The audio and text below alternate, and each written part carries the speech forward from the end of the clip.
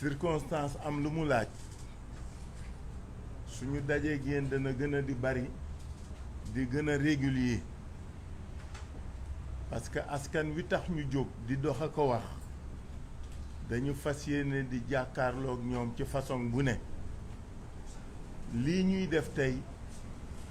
day waajal li ñuy def ëllëg ñu ngi fas yéene waxtaan ak askan wi à travers vous et par vous et grâce à vous ñu di leen ci gërëm di leen ci sant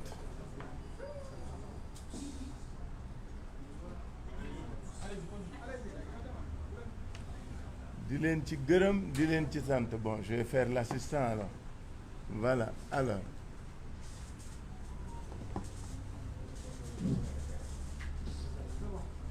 Merci beaucoup.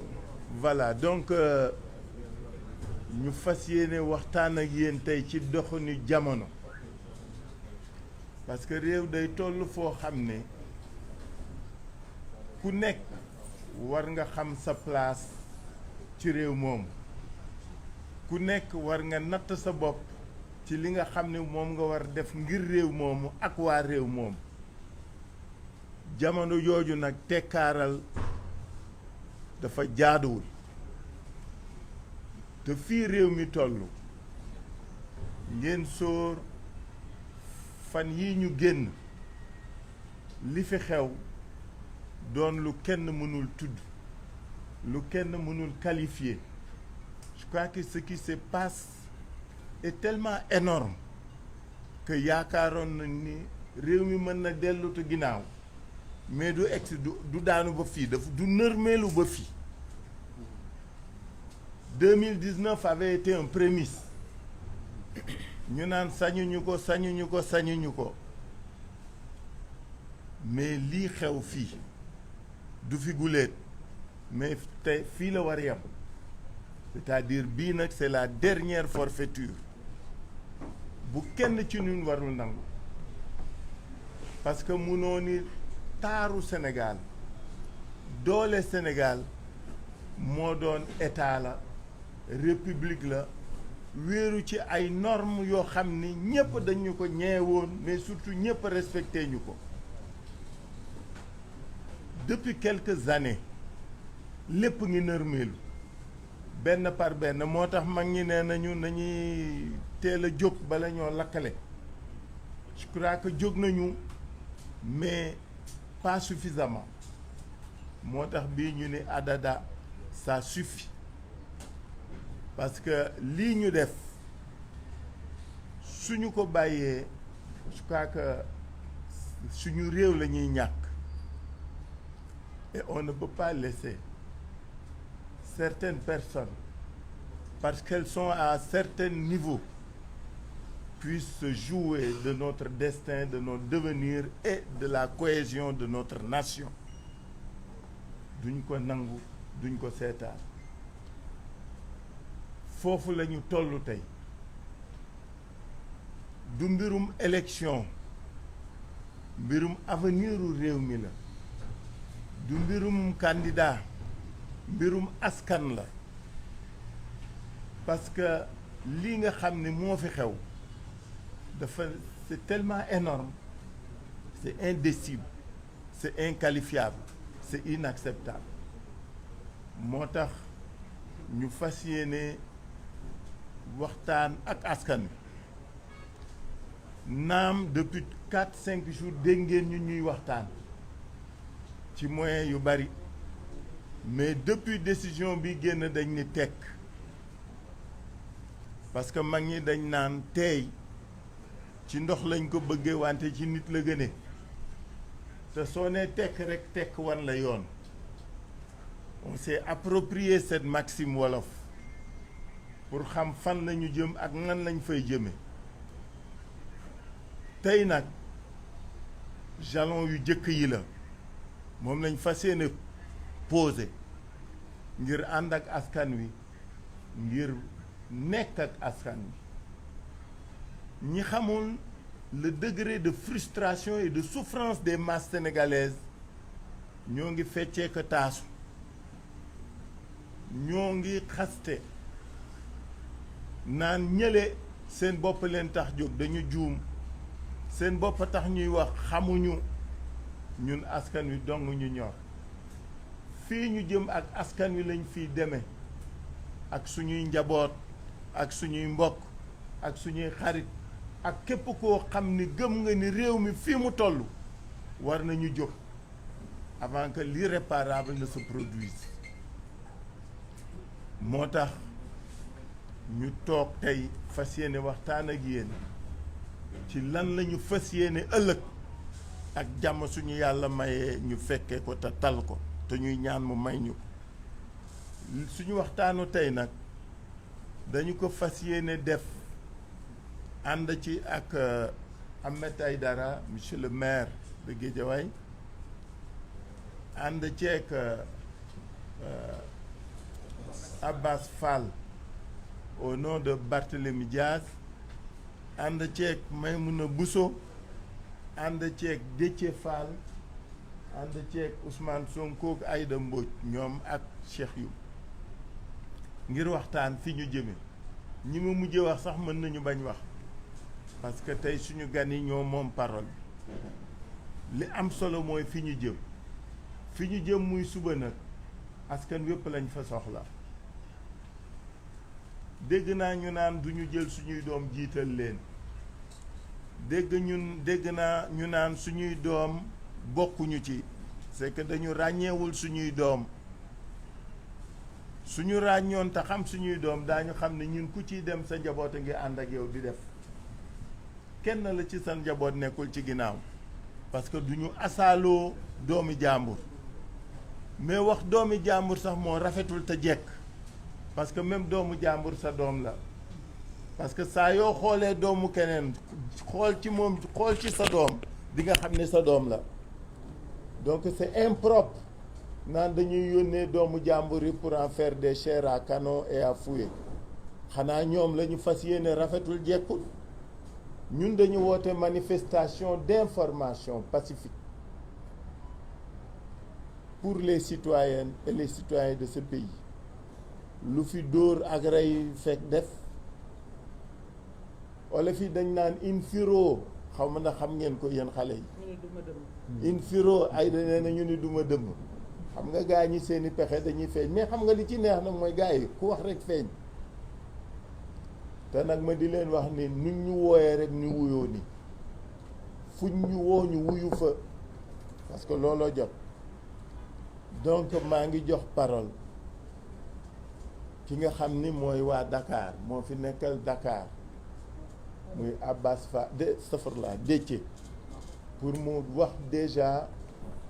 condition ak cadre yi nga xam ni noonu la ñu doore bi ñuy waajal suba ba léegi su leen ko waxee ba pare Abbas dana jël parole su Abbas paree ci turu waa Ndakaaru Ahmed wax ci turu région de Dakar ma ni ci turu Cap-Vert pour ñi xamoon Dakar kii day wax ci turu département de Dakar mi teeru Ahmed wax ci turu région de Cap-Vert su paree Maymouna Bousso wax Aïda Mbodj wax Ousmane wax voilà donc je donne la parole à Déthié.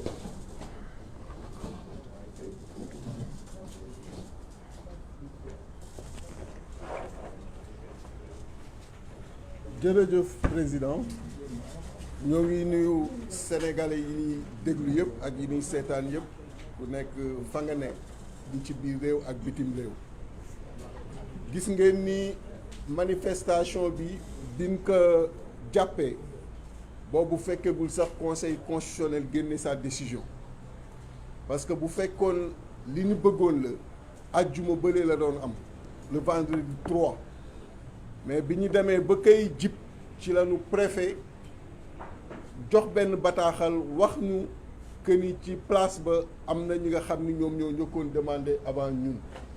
te keroog bi ñuy def conférence bi gis ngeen vidéo bi leen président Ousmane wan gis ñetti nit ñoo fa nekkoon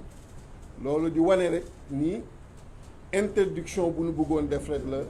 ci Yewwi Askan ñu jàppaat que pour suba mais diggante bi ñi nga xam ni ñooy organisateurs yi woon nañ ñu ñaari yoon man ak président Khalifa ak président Cheikh Tidiane Youm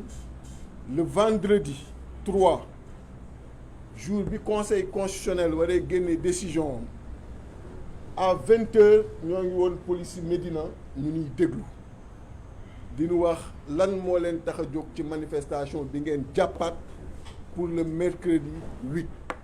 li président Khalifa wax léegi ñu wax leen ko ni dañoo bëgg waxtaan ak sénégalais yi ci situation pays bi waxtaan ak ñoom ci fii réew mi toll bu ko defee ku nekk xam démb tamit ñu woowaat ñu woo boobu doon woo bu gën a yàgg pendant 2 heures de temps démb ci férié bi ñoo ngi woon encore fële à 14h30 ci police Médina muy ñaareelu yoon bi ñu woo man encore ak président Khalifa ak président Cheikh Tidiane Youm mais li ci bees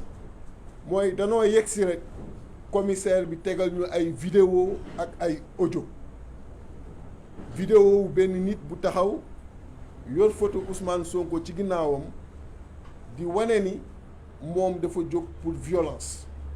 di wane ni moom day woote sénégalais yi pour taal mu joxe également ay audio ay nit yuy wax ni danoo war a taal mu naan lii nag loo leen ci xam noo leen koy apprécier bi ñu paree président Khalifa moo njëkk jël kàddu man ma tegu ci Cheikh Tidiane Youm tegu ci ñu xamal que ni yii ngeen ni wan nii mënuñu engagé ci dara parce que ñii ngeen ni wan kii ngeen ni wan xamuñu ko xàmmeewuñu ko te mën na jóge fu ne mën na sax jóge ci yéen président Khalifa xamal leen ni xam nañu état ni muy doxee xam na ni pexe ni muy jógee et que ce n'est même pas exclu que mu jóge ci yéen wala mu jóge ci kenn ci Benno Bokk Yaakaar def habillage bi pour wane ni opposition bi la pour amate nit ñi pour également suba lu mën a xew ñu ni yéen la woon ñu xamal leen ni tey jii nii Yewwi Askan Wi boo demee ci résultat local yi mujj rek ci 30 départements ci 46 yi mu compétir presque 800 000 personnes voteel nañ ko ku am la possibilité d'identifier ces 800 000 pour ñu tegal la kanam wala jox la baat pour nga mën a xam ni kii mooy kan donc woote bi c'est pourquoi qui peut identifier ces 800 000 là et à partir de ces audios à partir de cette vidéo qui peut identifier la personne yéen di police boo leen ko mënul def ñun nan lañ koy defee yéen ñi am instrument yi war am outil yi war am logistique bi war boo leen ko deful nan ngeen mën xaaree opposition bi def ko donc lii ngeen ñuy wan ni amul benn solo ci ñun orientation bi ngeen bëgg def ci bopp yi duñ ko téye duñ ko nangu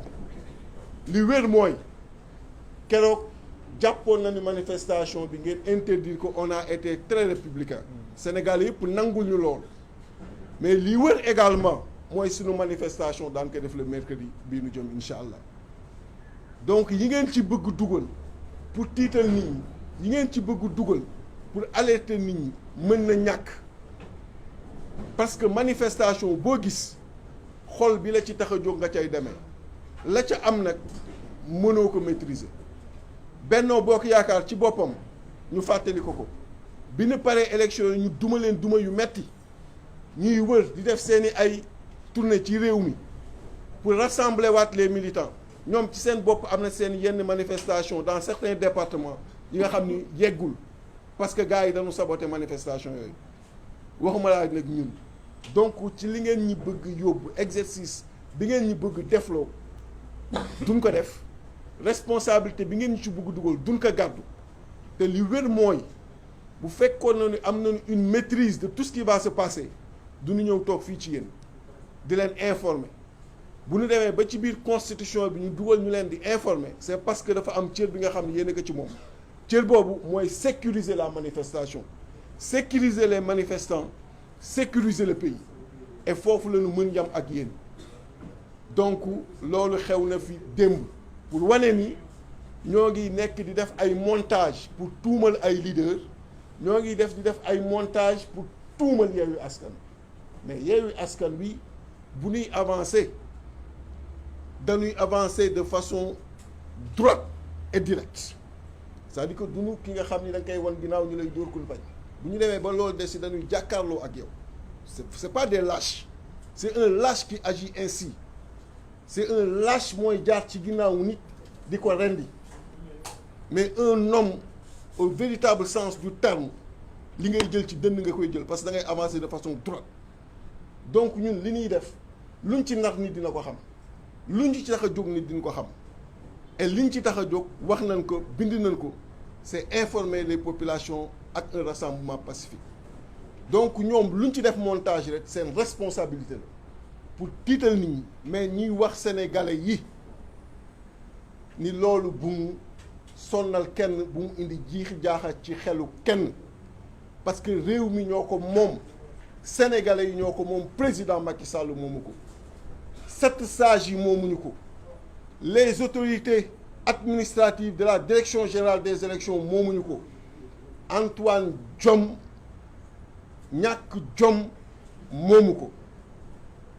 réew mi réewu sénégalais yi la et ku nekk da nga ci am cër li metti rek ci loolu laay daanelee mooy on avait pensé que sur cette question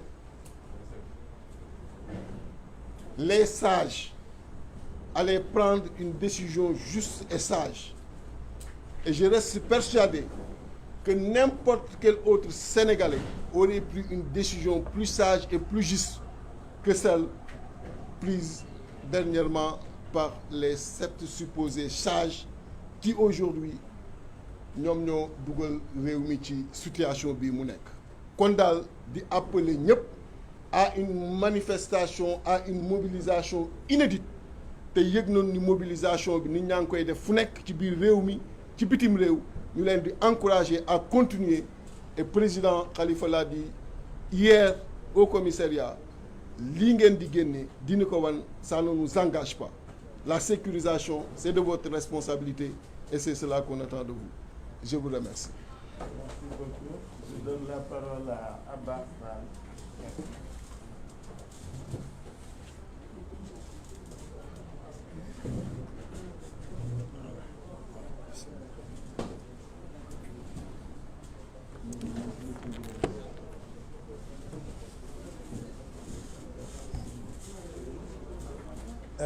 mbokk yi asalaamaaleykum ñu ngi jël kàddu fii au nom du département de Dakar normalement Barthélémy Diaz moo fi waroon toog wax ak waa Ndakaaru mais yàlla dafa def nekku fii on m'a chargé de prendre la parole à son nom di wax rek benn mbir dama leen di nettali benn anecdote biig si guddi dafa am benn góor gu ma woo mu ne il a 74 ans mu ngi dëkk Jëppal mu ne ma dama bëgg a ñëw ci seen manifestation bi ma ni ko góor gi jaru ko vous avez 74 ans say sët ak say doom màgg nañu mën nañ la représenter dignement mu ne ma coow li du loolu question de principe la en 2012 mu ne ma bokk ma benn parti politique en 2012 bi may wàcc terrain bi bokk ma woon benn parti politique donc je devais avoir 62 ans tey il est de mon devoir de descendre dans la rue et je le ferai avec mes enfants pour défendre la démocratie et défendre la République bu dee mag bu am 74 ans mooy waxee noonu kon je me demande ñun ñi nga xam ne nous sommes en bas de l'échelle en termes d'âge naka la ñu war a comporter woo juste pour dire l'importance de cette manifestation du 8 juin na sénégalais yi xam surtout yéen waa Ndakaaru xam leen ne occasion bii ñu am nii pour won Macky Sall ak ay ñoñam ne réew mi moomu ko occasion bi waruñu rëcc quel que soit par ailleurs nag décision bi nga xam ni ñoom à leur niveau dañ koy jël ils n'ont qu'à prendre leur responsabilité président Khalifa wax na ko léegi du affaire u liste affaire u démocratie la affaire u défense des principes de la République la ñuy artu nag coow bëgguñu ko parce que yàgg nañ ko wax leader yi yàgg nañ ko wax à chaque fois que coow am feneen la jóge mais jógewul si ñun mosu leen gis manifestation bu ñu autorisé mu am coow après au contraire c'est à chaque fois qu'on interdit des manifestations ce qui est illégal xam naa ni ñoom président Khalifa ak Déthié dañoo baax rek mais waruñu woon sax nangu ñu leen di déglu ci ay enquêtes parce que la constitution moom moo garantir la marche lenn rek lañ ñu laaj mooy ñu informer l'autorité cette question d'autorisation sax buñ ci jógee dañ ko war a xeex barke démb bu Sénégal yi nag nangoo réew mi mu am ñoo xam ni am nañu droit def lu leen neex mu am d'autres citoyens de seconde zone yoo xam ni ñoom li ñu droit yi ñu am sax dañ leen koy interdire bu ko sénégalais yi nangoo boobaa beneen mbir la mais ñi ko war a xeex dinañ ko xeex barke démb yéen ñëpp gis ngeen Ngor si Ngom borom néegu milliards yi rassembler ay jeunes ci réunion privée ba ñu paree ils ont fait une procession dans la ville de Dakar ñoom ñëpp nekk mbooloo génn ci Ndakaaru di marche est-ce que amoon nañu autorisation bi ñu koy def amuñu ko woon et tous les Sénégalais ont vu ça alors pourquoi maintenant ay citoyens sénégalais war a ñaxtu seeni naqar dans la paix et le calme ñu ne du fi am ñun au niveau du département de Dakar dinañu jël suñuy responsabilité ci côté boobu incha allahu rabbi ñu ngi ñaan ñu revenir à la raison ñu permettre à ce que cette marche-là se tienne de façon paisible may wax waa Ndakaaru yi ne waru leen des ginnaaw hier des gens ont quitté l'Italie la France l'Afrique jël avion uniquement pour ñëw participer ci marche bi nga xam ni manifestation bi nga xam ni moom la ñu war a def le 8 juin donc waa Ndakaaru waru leen des ginnaaw mbir mi nekkatul sax affaire u liste mbirum liste bi ñoom la tiital mais ñun tiitaluñu parce que ñoom mën nañu am seeni plan mën nañu teg lu ne mais yàlla noppi na mais nag yàlla bay sa tool doo toog rek ne yàlla noppi na te doo xeex li nga war a xeex ba jot ko moo tax ñu ne Ndakaar waaye nañu génn incha allah suba le 8 des Parcelles Assainies à Grand Yoff de Colobane à Fann Point E de la Médina fépp fu waaye mën a jógee Ndakaaru kenn ku ci ne ce jour boo xëyee jëlal sa drapeau vert jaune rouge nga dëppoo ko boo ko mënul nga jël sa drapelet fu ngeen mënti nekk dox leen ko ba à la place de l'Obélisque bu kenn jël oto faites des processions un peu partout on demande à nos leaders aussi de nous aider koñ ya ñu dëkk bu ñu dem directement ci marché bi koñ ba ñu dëkk nañ fa jógee dox ànd ak les Dakarois jëm donc à la place de l'Obélisque may wax nag waa groupe Benno Bokk Yaakaar Ndakaaru seen image ngi nii Benno Bokk Yaakaar Ndakaaru ne ngeen yoo da ngeen di laajte këru nit ñi fu ñu dëkk Abass Fall El Malick Déthié président Sonko moom yéen ñëpp xam ngeen fu mu dëkk moom jarul sax ngeen koy président Khalifa xam ngeen fu mu dëkk fii ñu dëkk yomb na xam man maa ngi dëkk Ouest Ouest fii derrière la station de Shell villa numéro 106 je vous attends les bras ouverts vous êtes devenus subitement courageux te am nañu information yi genn waa gi yëpp ñu ngi daw di làqatu yu la ngeen di làqatu marche pacifique jarul làqatu marche pacifique jarul ngeen di laajte kër jàmbur yi xam ngeen fi ñu dëkk comme nag da ngeen am lu fit ñu ngi leen di xaar du ñu tooñ kenn il n'en est pas question parce que musuñoo tooñ depuis qu'on a mis en place cette coalition il y a beaucoup de gens qui ne dorment plus mais musu leen dégg benn xeex bu jóge ci coalition Yewwi Askan Wi musul am manifestation bu amee les gens quittent paisiblement les lieux de la manifestation pour aller chez eux ñoom kay ñooy daje di dóorante di jamante ay paaka lu ne ñu di ko def parce que ils ont cette culture de la violence. Nous n'avons pas cette culture de la violence parce que ñu toog ci table bi yëpp amul kenn ku ngeen mës a dégg mu jiite une manifestation violente te pourtant bu ñu neexee ñu def ko. Le peuple est avec nous mais quand même comme dañu aspirer gérer réew mi am na loo xam ni duñ ci dugg mais nag na kenn ku ci ne yam fi nga war a yam du ma guddal waa Ndakaaru suba bu soobee yàlla 200 000 personnes yi ñu soxlaw na jugee Ndakaaru le reste ça viendra des autres régions du pays ce jour-là c'est un jour boo xam ne war nañ fi jugee ñu restaurer définitivement la démocratie restaurer définitivement la république bi nga xam ne ñi fi nekk nga xam ne ndeysaan xam naa yàlla moo ngi leen nattoo rek waaye nag nattu bi dafa am fu muy yem te bëgg nañu le 8 incha allahu rabbi que Macky Sall ak i ñooñam xam ni ce pays là moomu ko nañ ko joxe woon incha allahu rabbi noonu la koy joxe maintenant à charge à lui de voir naka la koy joxe bu fekkee nañ ko joxe woon noonu la ko nar a joxe alhamdulilah bu fekkee nag leneen la bëgg incha allah danañ ko ci fekk salaamaaleykum wa rahmatullah. Merci beaucoup. Je donne la parole à monsieur le maire de la ville de Guédiawaye, mais ici il parle en tant que leader et au nom de la région du Cap-Vert. Guédiawaye lañ dëkk dafa leer Ahmed Aïdara ñun suñu slogan mooy ñun amul xalaat yéen ñi demal jëli diw ñu jëli ko soo amul xalaat ay taalibe lañ. asalaamaaleykum wa rahmatullah maa ngi nuyu la conférence des leaders suñu kilifa yi toog fii nuyu tamit la presse présente ñi fi toog fekkee fii tey waxtaan wi ak ñi nga xam ne ñu ngi ci rédaction yi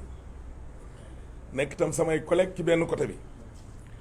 nuyu itam samay collègues maire ci région bii ñu dëkk nag di la grand maire Barthélémy Dias ñu teg nuyoo bi ci loxoom mu séddale ko ne collectivité territoriale yi nga xam ni waa Yewwi yëpp ñoo fa ne nuyu tamit ñi nga xam ne ñoo toog ci kër yi itam di ñu déglu merci monsieur le maire Abbas Fall le patriote fi ñuy commencé nag ñun suñu wax mooy soppi loi président Macky Sall ci lii xew fi nii heureusement ba président Khalifa wax na ko ne mbir mi nekkul sax problème mu liste mais dafa mujj romb problème mu liste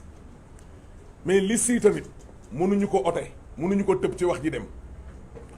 li tax ma wax loolu nag ñun si élection locale yi Guédiawaye ñu nuy waa banlieue bi yëpp ak waa Cap-Vert Guédiawaye dañu toog ba ñu xëy nañu seen liste suppléants yi ville Yewwi woo suñu mandataire di Mor Diaw bu grand parti ne ko seen liste bi ñëw leen ngeen mottali ko parce que su matulee du mën a dem ñu jox ñu notification ñu ñëw mottali liste ba préfet xamal ñu ne lii titulaire mënta dem sans suppléant ñu ñëw mottali c'est la loi ñu toog ba ci yàgg man c'était hors de Dakar ñu woon ñu ne ñu liste Yewwi Askan Wi commune u Sam Notaire ak commune bu Golf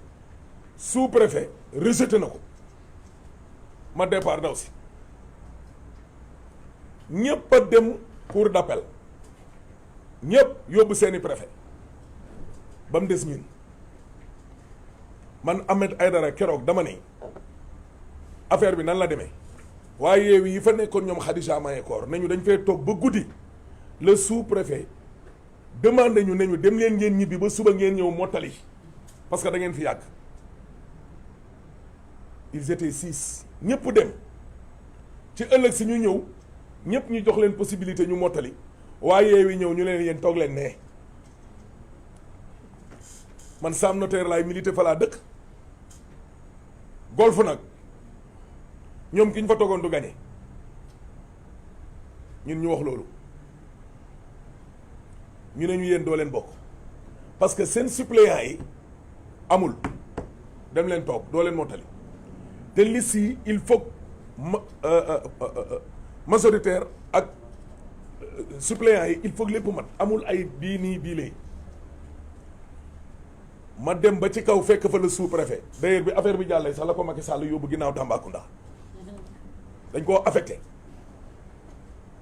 ma ñëw ne ko suñu liste yi liñ may expliquer nu mu demee SEDA bi fa nekk nangu ne c'est nous qui avions demandé ma ne ko qui est nous mu ne ma la commission ma ne ko elle est composée de qui et de qui mu ne ma ñun SEDA le sous-préfet lii mooy commission c'est nous qui avions demandé au mandataire de rentrer ba ci ëllëg si ñu dellu si waat mais bi ñu ñëwee nag ah ñun de nous sommes pour ñëpp bind mais nag kii moo opposé wu di la commandement territorial ma ne ko par force neex naqari ñun dinañ bind suñ liste duñ dem cour d'appel duñ kalaame fii lañ koy réglé muy def fo ñu def dëgg envahir feu ñun na Géejawaay lañ dëkk ñun fa lañ dëkk ñun ba pare dëkkuñ fa ñëw dëkk ay Dakar nii de fa la ñuy yeewoo 2 jours par force mu mujj taxaw nañu waa garaawul kaay leen ngeen mottali parce que suppléants yi mënul ñàkk waaw mais ñin koy dund nañ loolu tey ñu ñëw Macky Sall bëgg ñoo gëmloo nañu liste ci élection majoritaire mën na toog suppléant dem fële tamit titulaire mën na toog suppléant dem fële tamit suppléant mën na toog titulaire dem commandement territorial yi benn la ministre bi fi nekkoon moo fi ne ba tey dara changé wul préfet ñoo fi ne ñu bëgg loolu jàll nit ñi ne nag dañuy dem pour wane ne lii du jàll tey du jàll ëllëg ay code waxuñu ko ak arrêté ministériel ndeyu loi yi mooy constitution moo wax ne képp koo xam ne am nga lu la miti ñëwal nga taxaw fii pacifiquement waaye yow yëglul rek waxal la président de la conférence des leaders ne ko ñun dañoo bëgg a organiser nangam mu ne ah mais sa yaay ay datam day organiser bu dajee affaire yi kon mën na bañ a am buzz ma ne xaaral ba bu sama yaay bu paree ma doog a def lii mooy njaruñu préfet ak sous préfet ci autorisation yi de tàggoo la pour ñu xool ba xam dëj am na fa wala amu fa barki dee mu ne nañ foire moo fa ne la fa ne matul ñaari mbaar mënoon lañ leen jël sa aj leen ci kaw terrasse bi nekkoon foofu ñun ñu doxal loolay dëgg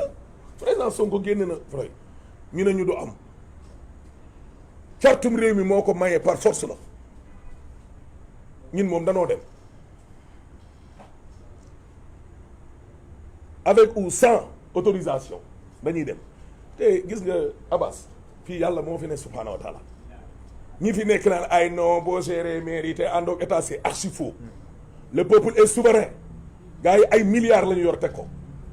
ñu teg ay rakku Macky Sall ak ay doomu Macky Sall population bi ne leen yow mii Ahmed yaa ñu gënal kii ak ay milliards am dara defuñ ko fa ngay tiit di pat-pati il faut coopérer ñenn ñi di jaay ay mandat su yàlla dogalee ñu am majorité te dinañ ko am loi bi ñu soppi woon ci député yi dinañ ko soppi ci mairie yi nga xam ne yow doo am ñaari nit nga dugg ci biir coalition liggéeyoo dara ñu lijjanti ba nga doon maire Macky Sall bëgg a déstabiliser cette dynamique muy woo ay maire ñii ay centre commercial maire bu vision mu yeggul ci centre commercial mais kooku nooy defaree dëkk stade ba doo ko defar doo taal lampe doo def dara ñu lay dig ay centre commercial ak ay nangam sax te moom ku ko xam ku ne xam ne vision bu gàtt bi Idrissa Seck wax ne jam ñaajo la yem jam ñaajo sa dafa sori de dafa fekkoon Ablaye Wade préparé woon jam ñaajo ba pare ñu ne ko suuf si baaxul mu dem mais moom il faut mu insister moo indi problème mu gazon yi tey fële na le stade ba day yàqu Ablaye Wade boo demee sax moo tax mu tuddee ko xam na ne stade du yàgg kon dañuy dem da koy saboter rek xam nga moom day passer tout son temps di saboter Ablaye Wade mais waa PDS ñoom ñoo ko may ñu jógee foofu ñëw ci forfaiture bii bu mujj la dàq ginaar waxaale sa soxla président Macky Sall nit ñi dañuy créer ay emploi muy créer ay chômeur jël ay doomi réew mi ku àndul ak moom mu ne la yow dootoo xëy président Sonko la ko njëkkee te boo demee sax xam naa moo siiw de parce que moom dafa am tur boo demee ñu bëree bëri liquidé nañ leen ci service yi ku àndul ak ñoom nekk ci administration dinañ politique par force boo gañewul delloo ma sama yëf inspecteur yëpp def na leen politicien kii di inspecteur mu ne ko doo ko fi defee Mame Boye Diao di inspecteur mu ne ko na neex Bengelloune di inspecteur mu ne ko politiqueal Habib Niamé chaque jour ñu bind ko ci journaux yi muy politique mu ne ko baax na mais bu dee keneen la mu ne ko doo ko fi defee capitaine Touré def enquête leer na ak leerul mu ne na fi jógee waa ji nekkoon fii nii Sen TV daan def revue de presse ba waa jooju Macky da ko doon saraxu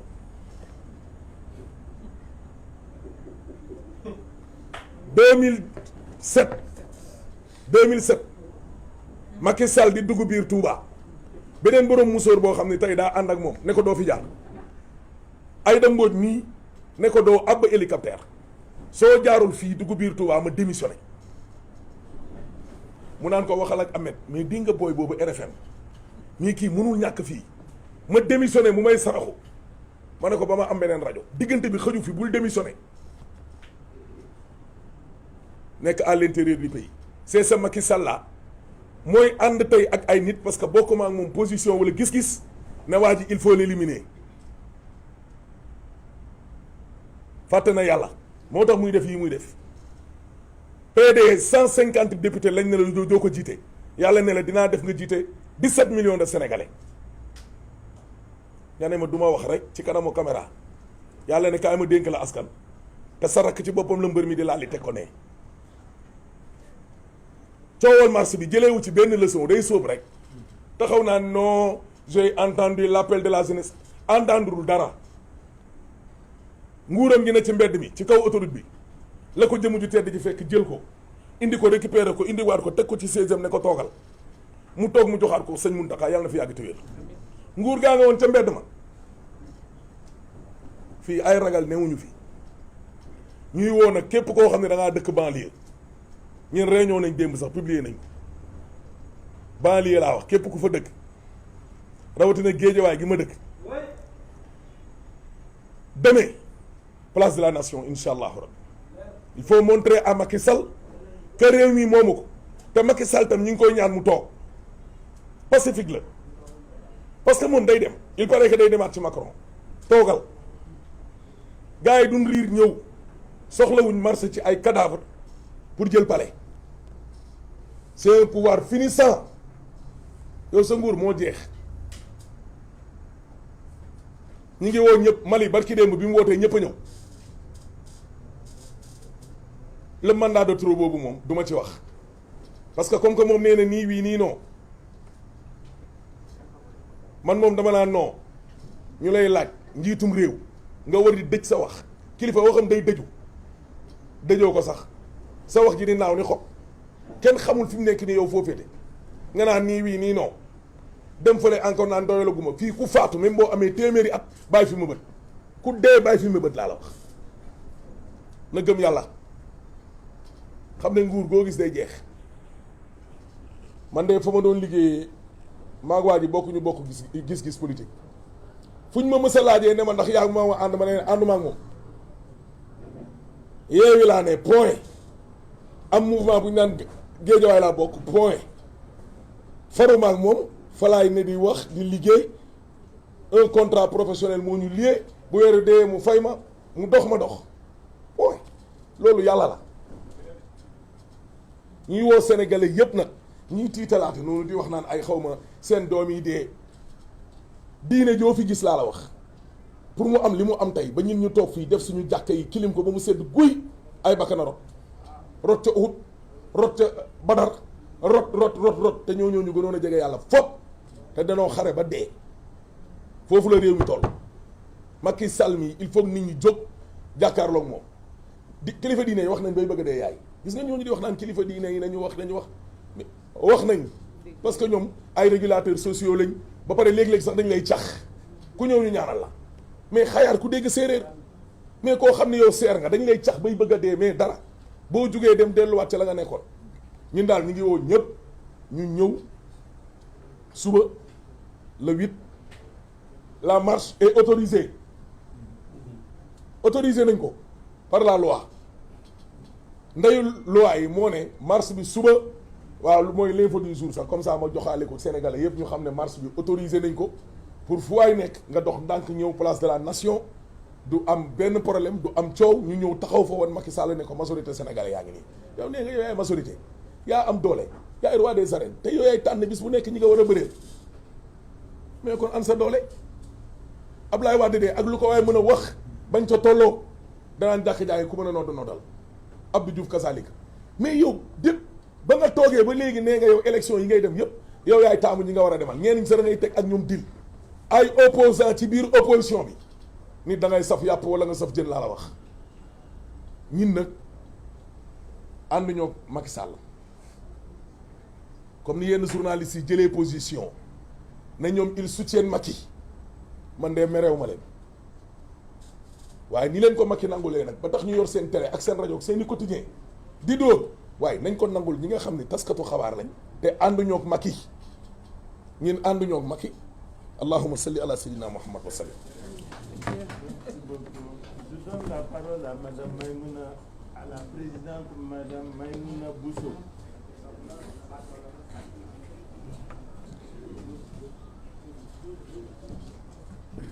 Merci beaucoup président.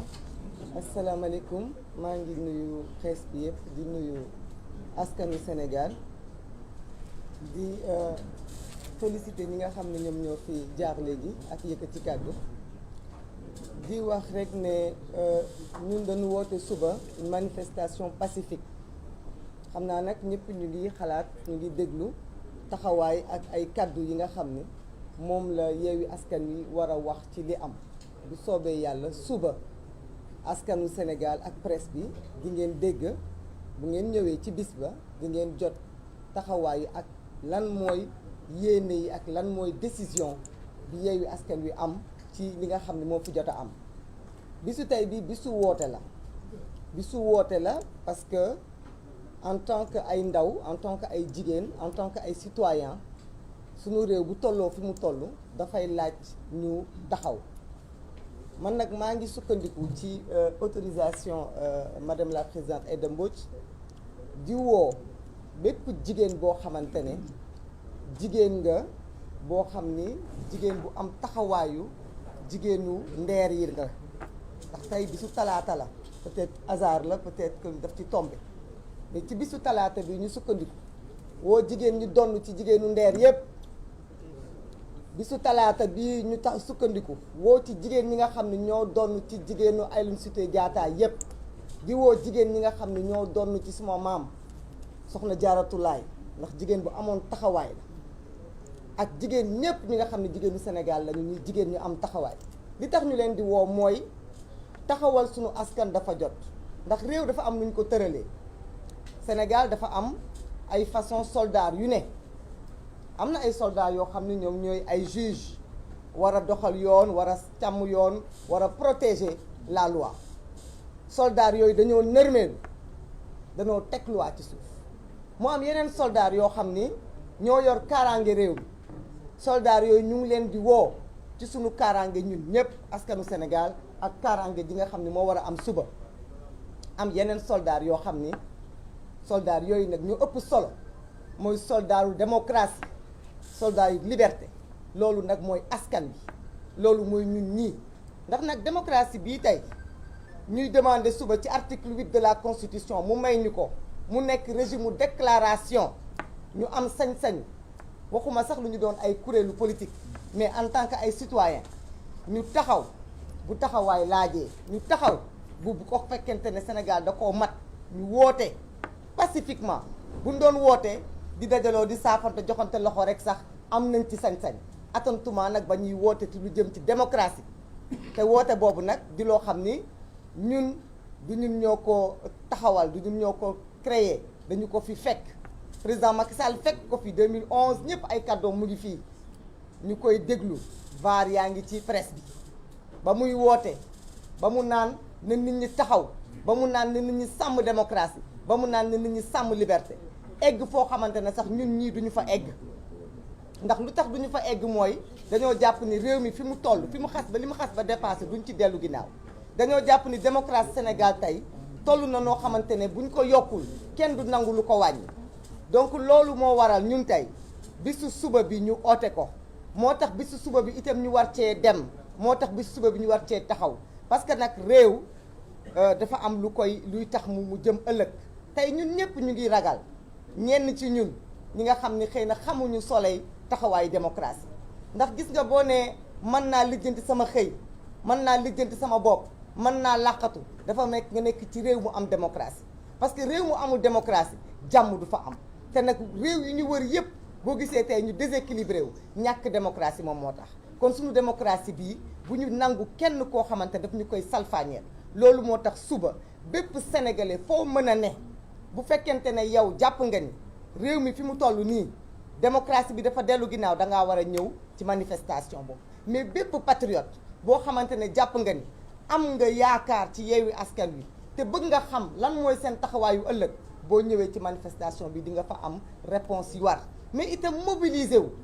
mobiliser wu parce que loolu itam mooy waral ñu xam ni sénégalais yii am na lu ñu gëm sénégalais yii am na lu ñu bëgg mobiliser wu ñu nag pour xeex wala pour xuloo parce que foog naa kuy xeex doo tàggoo kuy yàq doo yëglewu bu fekkonte ne yàq moom moo ñu tax a jóg ak xeex moom moo ñu tax a jóg kon depuis boobu ba léegi commencé nañ ko parce que nag nañu xam ni je suis désolé de le dire yenn yi dafa amul sax sens parce que ay nit duñu dajaloo nekk ay kilifa président Khalifa Sall signé Déthié Fall signé Cheikh Tidiane Youm signé ñu joxe seen ay affiliation pour jóg pour yàq wala pour jóg pour rajaxe bu doon loolu kese mooy soleil taxawaayu suba bi kon beneen taxawaay la ñuy taxaw kon neneen lañ ciy demee suba li ñu tax a jóg mooy dajale askan wi li ñu tax a jóg mooy jëmmal démocratie li ñu tax a jóg mooy wone li nga xamante ne moom mooy yoonu Yewwi Askan Wi suba ak gannaaw suba li ñu tax a jóg mooy itam nag woon président Macky Sall ne ko ni ñu xeexee woon 2011 xeex 2012 ba nga mën a taxaw ci réew mi te boobu challenger nga woon noonu ngay mayee ñii fi toog ñu taxawaat ndax nag réew mi kenn du nangu dellu ginnaaw kenn du ko nangu donc vraiment na nit ñi rassuré wu na jigéen ñi sañse parce que nag kuy doxu soxla tu n'es pas obligé nga takki basket comme ni ñu koy waxee wala nga gàddu xeer parce que ñun loolu taxuñu jóg na jigéen ñi solu na xale yi génn na mag ñi génn na ñëpp génn parce que nag loolu moom mooy jëmmal suñu réew loolu itam dafa am signal bu muy lancé mooy il faut pas baisser les bras il faut jamais baisser les bras bu nekk ci réew amoo xëy ñu ngi woote manifestation ñëwal parce que manifestation bi li mu ëmb bëri na boo nekkee ci réew jafe-jafe yi bëri dëkk bi metti na jigéen ñi xamatuñu lu ñu yóbbu marché ndaxte ku xëy dem marché sonn nga ne ñi ñëpp ñëw ci manifestation boobu dinañ leen jox kaddu dinañ wax li nga xamante ne moom la Sénégal nekk ci yoonam di dem te du yoon bu baax donc loolu kese laa amoon lu may wax di woo soldaaru démocratie yi di woo soldaaru liberté yeeg ak paix muy la police et la gendarmerie ñu def seen rôle parce que ñoom ñun lañ fi nekkal mooy sécuriser les manifestants sécuriser la ville bu nekkente ne ñun kese on sera des citoyens responsables dinañ manifester en paix bu manifestation bi jeexee ñëpp ñibbi en paix incha allah maa ngi remercier ñëpp. C'est bien. C'est bien. Di jox parole bi les jeunes de Yewwi par Mohamedou Dieng.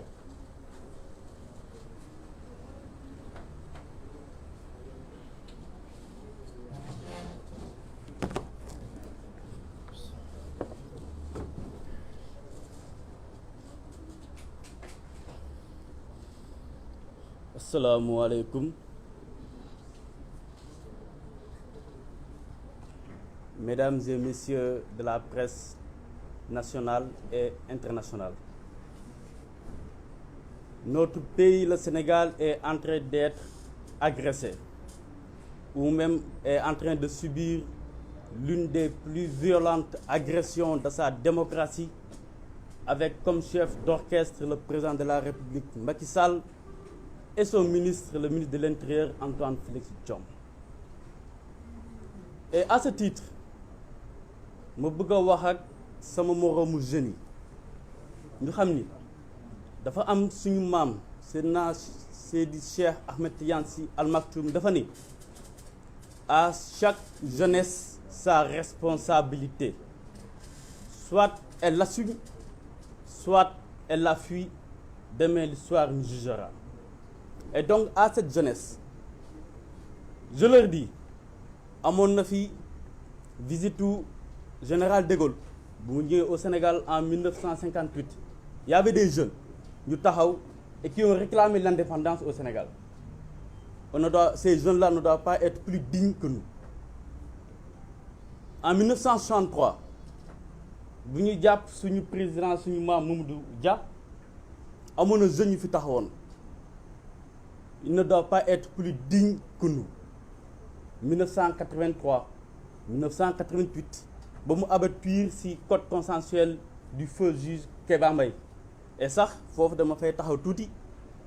pour wax ak suñu juge yi pour wax leen ni il est temps qu'ils prennent exemple sur le juge Kéba Mbaye. Et paroles yu mu waxoon le président Abdou Diouf, ces propos-là sont toujours frais. Quand il lui dit, Monsieur le Président de la République, les Sénégalais sont très fatigués. Et c'est ça la vérité. Les Sénégalais souffrent énormément. Et à cette jeunesse, je leur dis, les jeunes de 2000 ne doivent pas être plus dignes que nous. Les jeunes de 2012 et avant 2012, les jeunes du Tahaw Buntu Assemblée nationale le 23 juin 2011, ils ne doivent pas être plus dignes que nous. En tout cas, man Mohamedou Dieng et tous les jeunes dans la coalition Yewwi Askan Wi, on n'acceptera pas que ces jeunes-là soient plus dignes que nous. Et nous avons une occasion, demain 8 juin 2022, Inch'Allah, de montrer aux Sénégalaises et aux Sénégalais que cette jeunesse de 2022 est digne et nous restons dignes. Depuis maintenant, et nous avons énormément de respect pour la fonction de président de la République Macky Sall, pour la fonction de la présidente de la République. Nous avons énormément de respect pour la fonction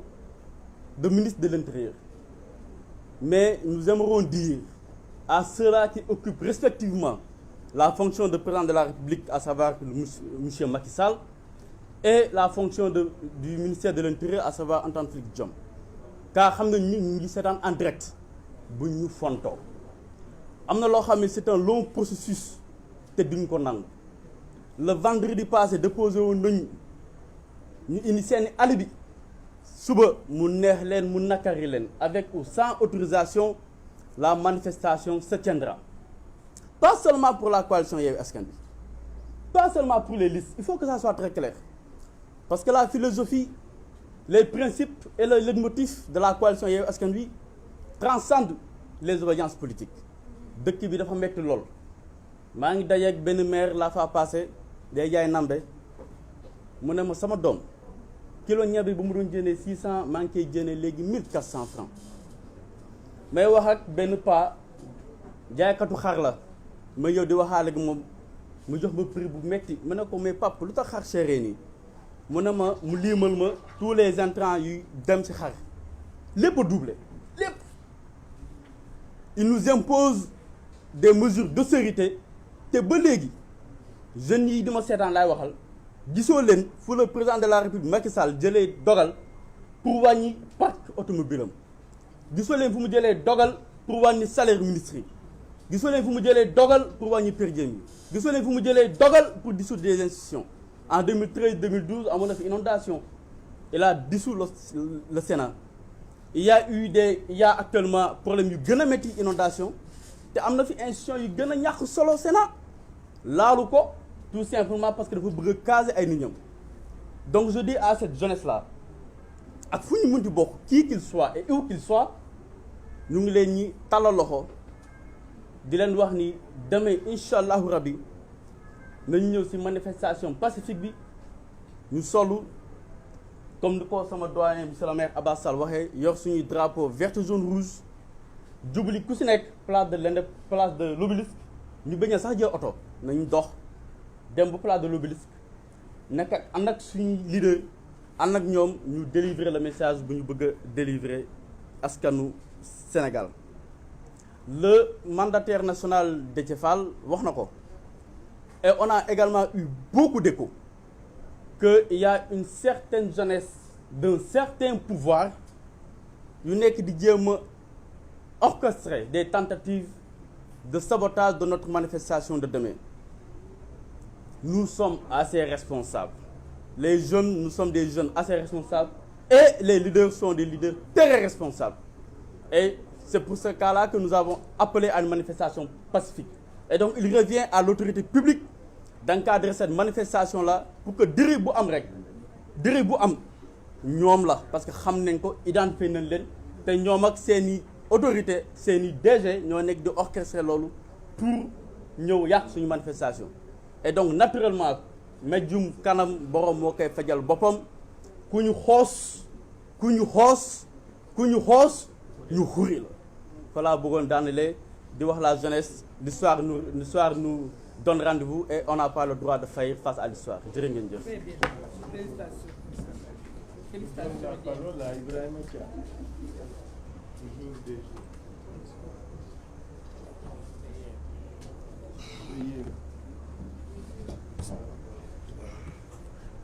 salaamaaleykum suñu mbokk journalistes yi ndi ngi am mbégte tey ñëw jël kàddu au nom de la jeunesse de Yewwi Askan Wi donc avant may commencer rek dama indi benn leeral parce que depuis processus bu ma amee problème ba léegi ñu ngi dégg ñu bëri di naan la jeunesse de l'opposition chair ak kano la les leaders danañ ñu utiliser pour ñu porter ay combats yoo xam ne seen intérêt du si nekk. Je dirais que loolu c'est faux musul am parce que tey nous la jeunesse de l'opposition bokk ci Yewwi Askan Wi nous sommes une jeunesse assez responsable une jeunesse politique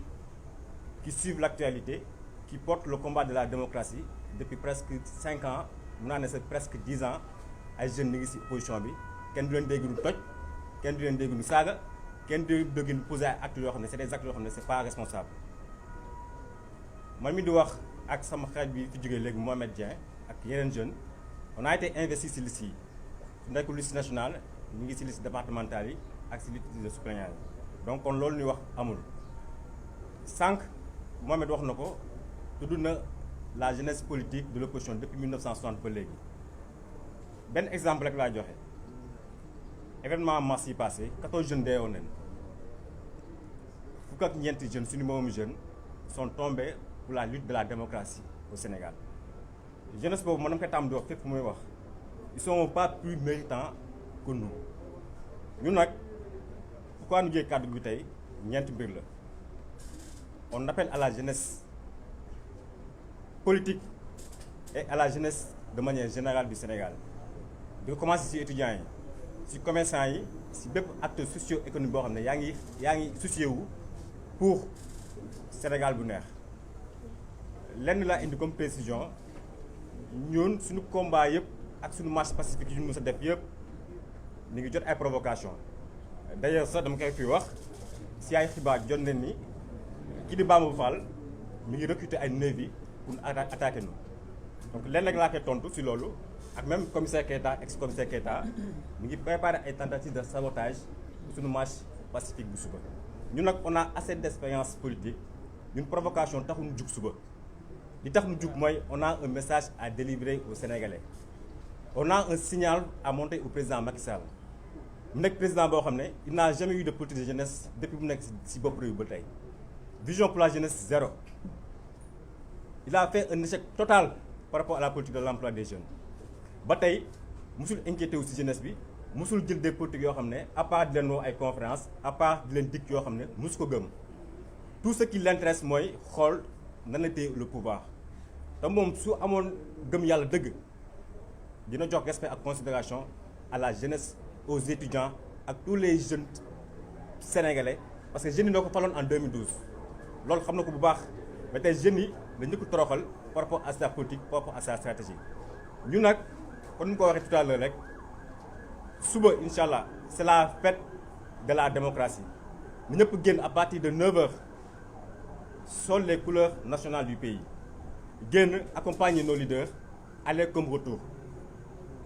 délivrer le message pour le Sénégal parce que tey je pense que tey di fi jot a am lépp ci un mois yi processus bi yëpp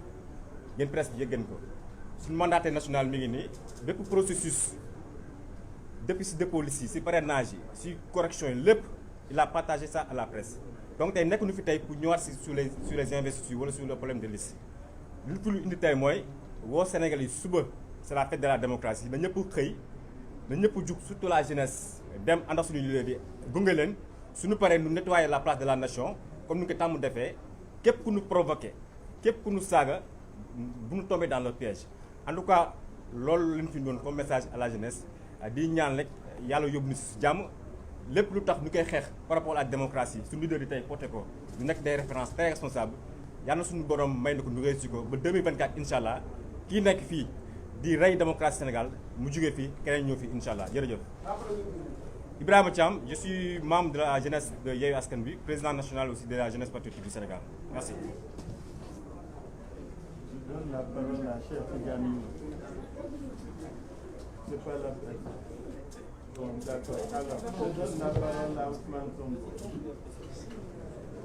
Voilà.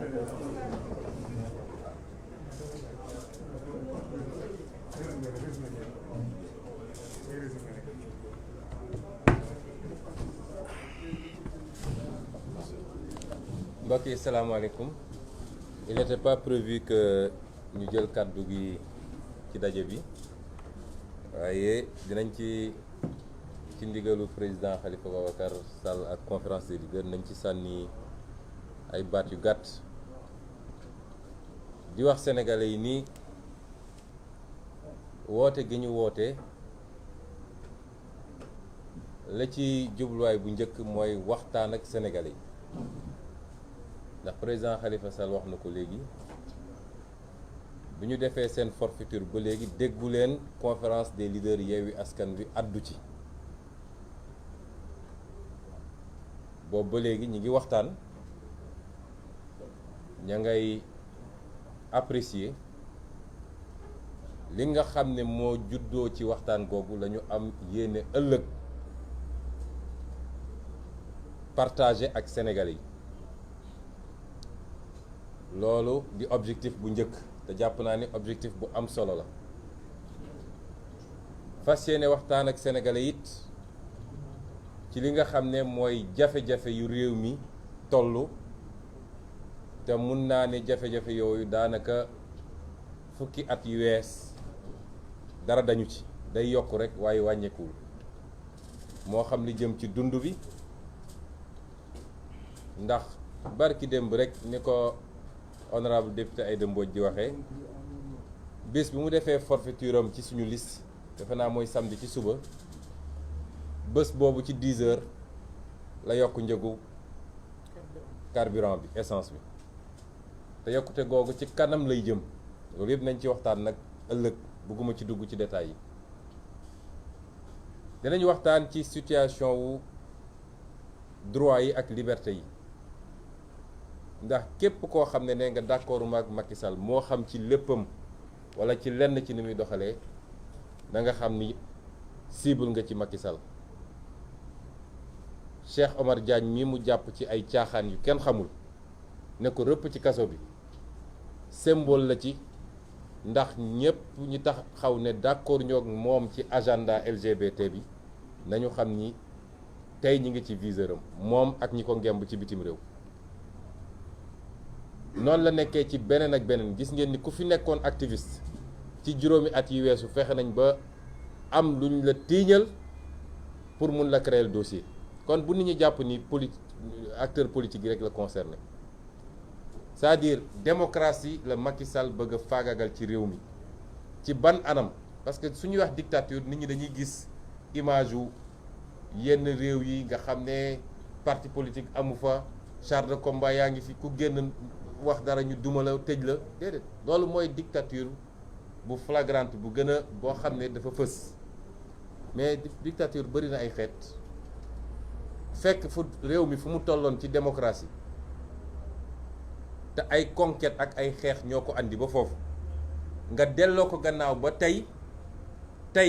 sénégalais bu nekk na laaj boppam lan mooy différence situation bi ñuy dund tey ak situation bi ñu doon xeex 2011 sénégalais yëpp tiit fi mu toll nii ni ñu tiitee woon 2011 noonu la ñu tiitee loolu rek wane na recul am na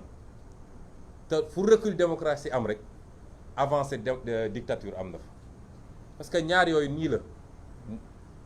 fu démocratie delloo gannaaw dictature def na pas fu démocratie demee kanam dictature dellu na gannaaw kon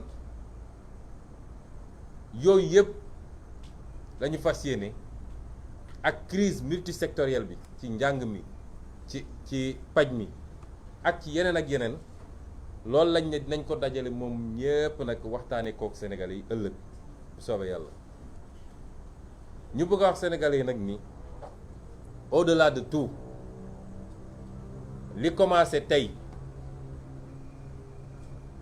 monsieur le maire Ahmed Aïdara defe naa nit da ngay am dégg-dégg fi mu ne nii kenn amatul kenn koo xam ne dina am xel ñaar ci ay nii wii nii non ñëpp xam nañ ni léegi wii la loolu lu fës la Macky Sall li muy door tey mooy projet 3e candidature man du ma wax 3e mandat parce que il faut que ñuy def différence entre ñaari bu ñu dugal ci boppam ni mun na am 3e mandat mënu koo am bu defoon ay pexeem ba ne valide nañ candidature am it mënul am 3e mandat fii Sénégal loolu dafa war a leer ci bopp ñëpp kon nañuy wax 3e candidature fi mu ne nii li mu door mooy projet 3e candidature te fas yéene ko jàllale lu dul jaay doole nit ñi loolu lay commencé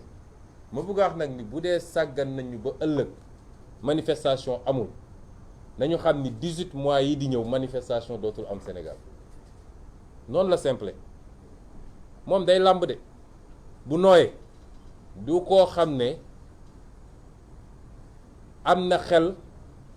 bu muy téye boppam ci dara su làmbee mu nooy danañ xam ni fi mu jëmee ak ñun mooy manifestation dootul am Sénégal rawatina ak manifestation opposition moo tax li conseil constitutionnel def c'est de la haute trahison Sakho ak ñi mu àndal la ñu def c'est de la haute trahison c'est des délinquants de la loi waa conseil constitutionnel te tôt ou tard nag dinañu rendre compte def nañu seeni forfaiture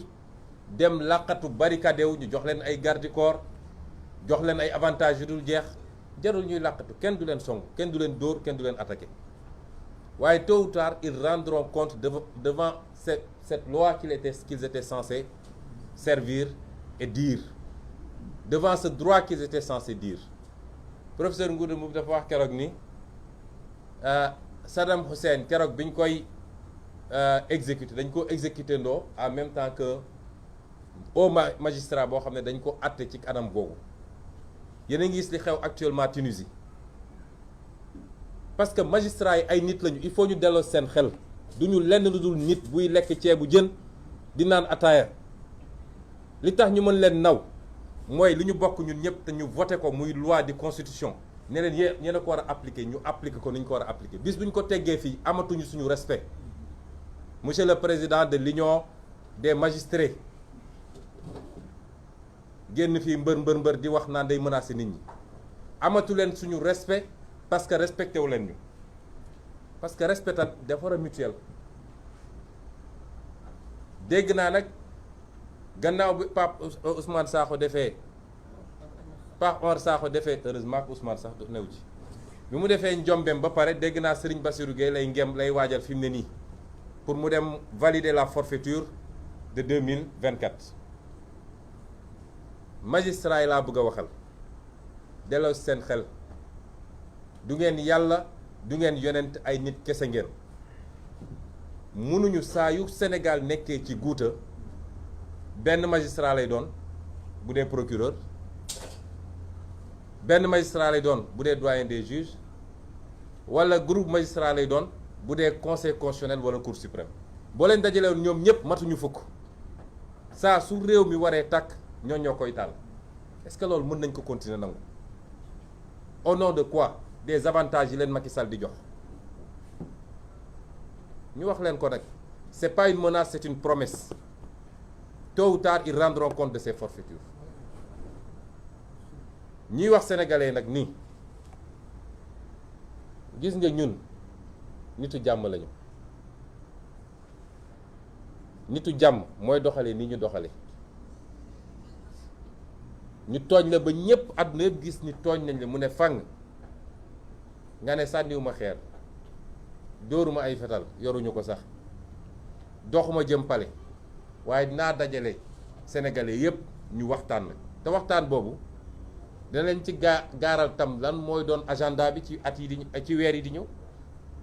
kooku ku bëgg a jàmm moo ko bëgg moo koy def.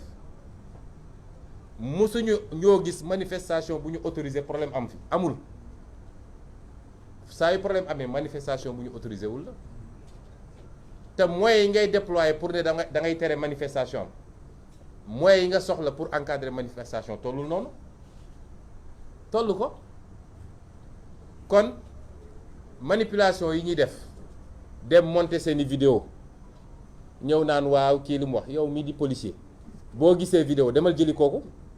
sénégalais la mi ngi fii demal jëli ko nga toog fi nga toog naan woo ay ñoom Khalifa Sall naan leen lan ngeen xalaat ci lii manipulation yi ñuy def foog ni mun nañu jouer ci conscience su ndaw ñi naan leen yéenay seen chair à canon su ngeen fa dee it yéen a perte ñoom seeni doom ñun suñuy doom fii la ñu ne ci dëkk bi di jàng ci école publique yi amuñu garde du corps amuñu dara gis nga fixation boobu ñu def suñu njaboot sax déjà c'est suspect ñoom suñu mënul jot Ousmane Sonko lu ñuy def ba jot doomam mooy seen yitte fi mu toll nii moo tax lu jol suñu njaboot Macky Sall la te bu amee it njabootam dootul am jàmm fii ak ilaa yow mi diin loolu moom dañ koy wax mu leer daal di jël rek suñuy njaboot def ci fixation waaw doomam nii doomam nële ñun suñuy njaboot a ngi fii ci réew mi bu ñu doon dem ci manifestation bu ñuy dem ci manifestation ñoom du ñu xam ne suñu njaboot a ngi ci biir manifestation parce que la ñu bëgg ñun xam nañ ko seeni plan xam nañ ko dama ne Sénégalais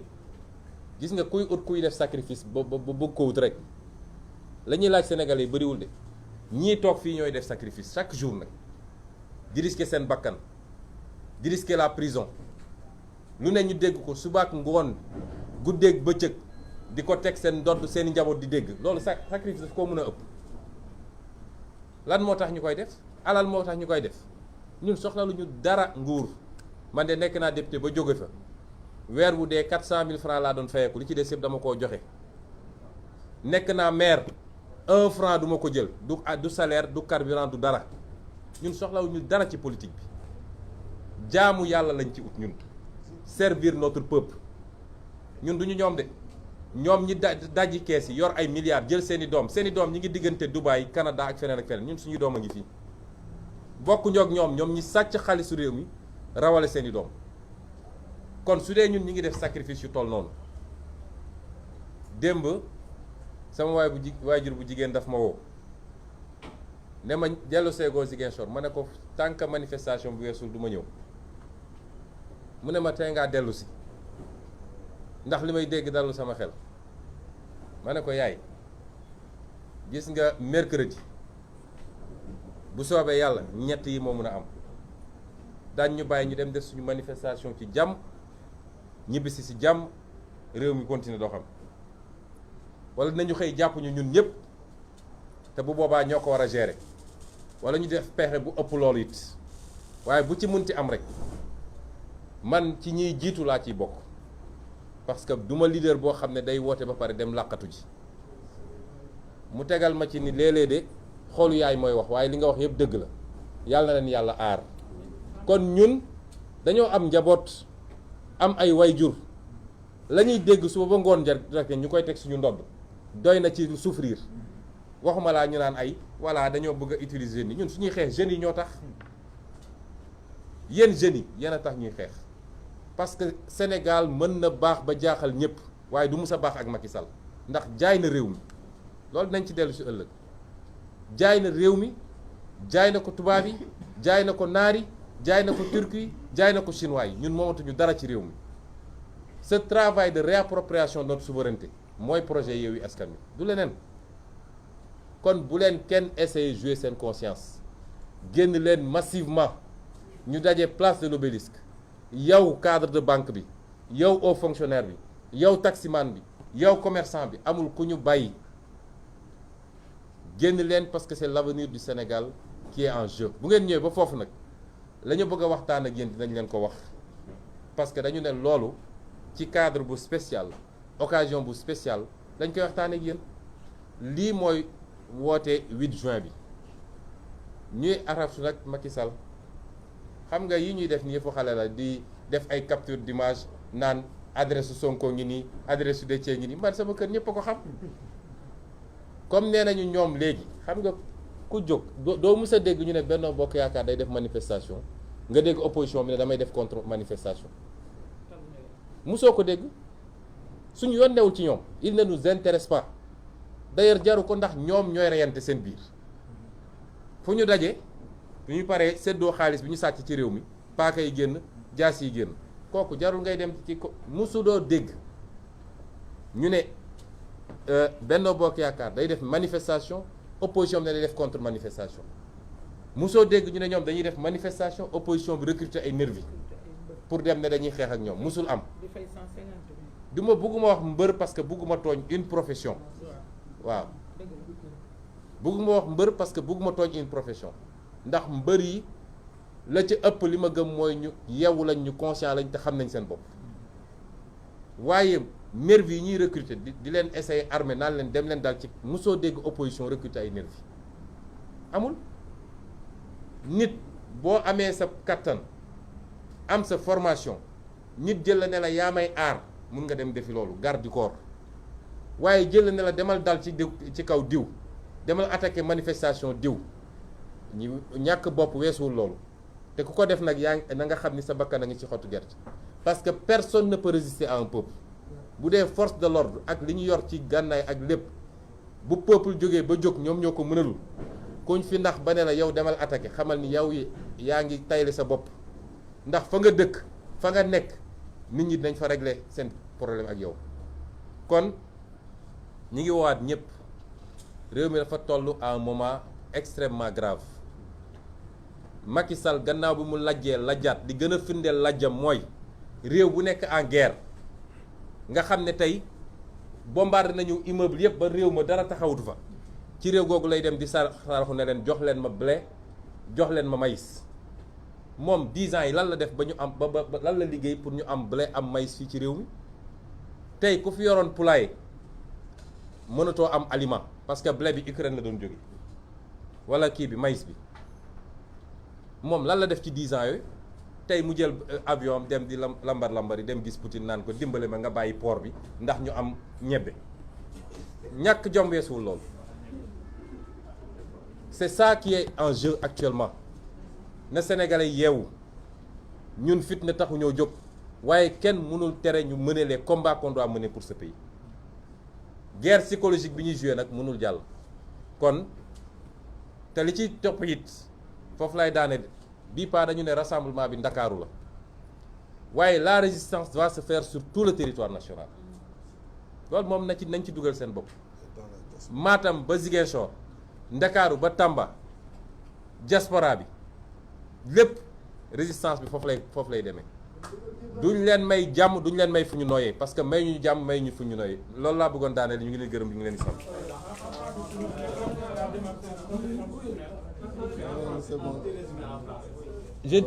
Pour la démarche du Conseil constitutionnel,